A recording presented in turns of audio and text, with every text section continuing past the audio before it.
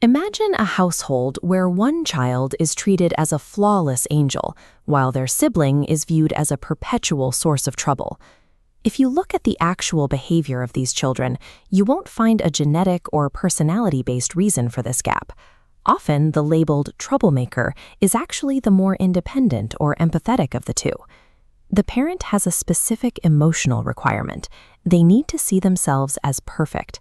To maintain that image, any flaws, failures, or insecurities they feel must be redirected away from themselves and assigned to someone else.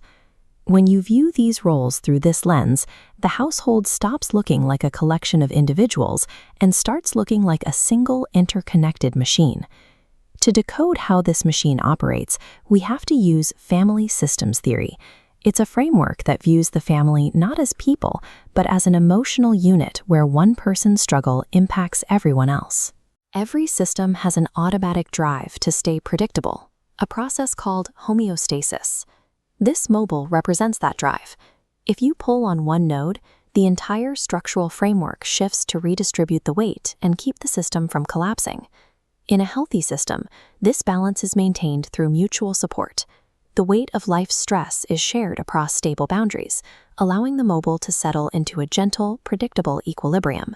But in a narcissistic system, the parent node introduces a massive, disproportionate weight, their own fragile ego. To prevent the entire structure from snapping, the children must violently contort their own lives to balance the parent's instability. The resulting dysfunction isn't a mistake. It is the system working exactly as designed, to protect the parent's self-image at the direct expense of the children. The narcissistic parent lives with a psychological split. Because they can't integrate their own flaws with their successes, they see everything as either all good or all bad. This makes their own vulnerability feel like a threat that must be purged. They manage this threat through a process called projective identification. This is more than just blaming someone. It is the act of forcing an unmanageable part of yourself onto someone else until they start to believe it's theirs. Think of the parent's shame like a burning object. They aggressively funnel that volatile energy into the surrounding children. By provoking the child with criticism, the parent induces the bad behavior they projected, turning the child into a container for the parent's toxicity. The children become psychological hazard containers, absorbing the parent's disowned shame so the parent can stay all good. This creates two primary load-bearing roles. The golden child is the repository for the parent's all-good side. Their function is to reflect the parent's idealized self-image back to the world through high achievement and total compliance. The scapegoat is the repository for the all-bad side. Their function is to absorb the parent's rage and inadequacy, providing a convenient explanation for why the family feels dysfunctional. Neither role offers genuine safety. The golden child's worth is entirely performance-based, while the scapegoat is structurally required to be the target of the system's blame.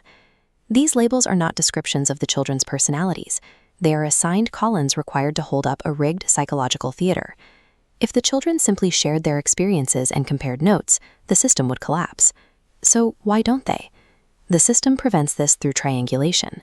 When the parent feels the tension of being challenged, they pull in a third party, usually a sibling, to stabilize their position and deflect the conflict.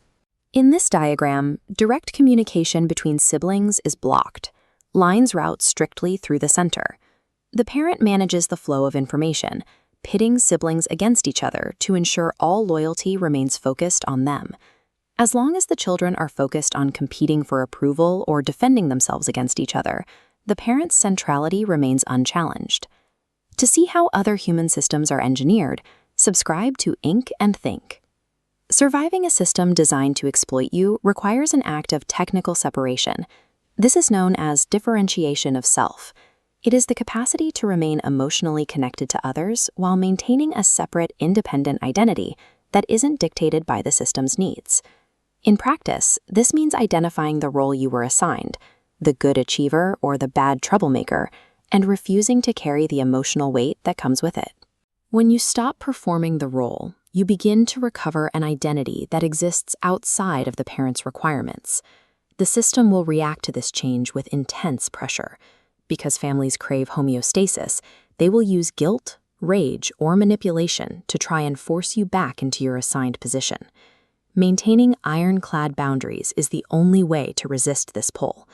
When one gear slides off its axis and refuses to turn, the rest of the toxic machine loses its ability to function. Setting these boundaries severs the connection to the parent's shame.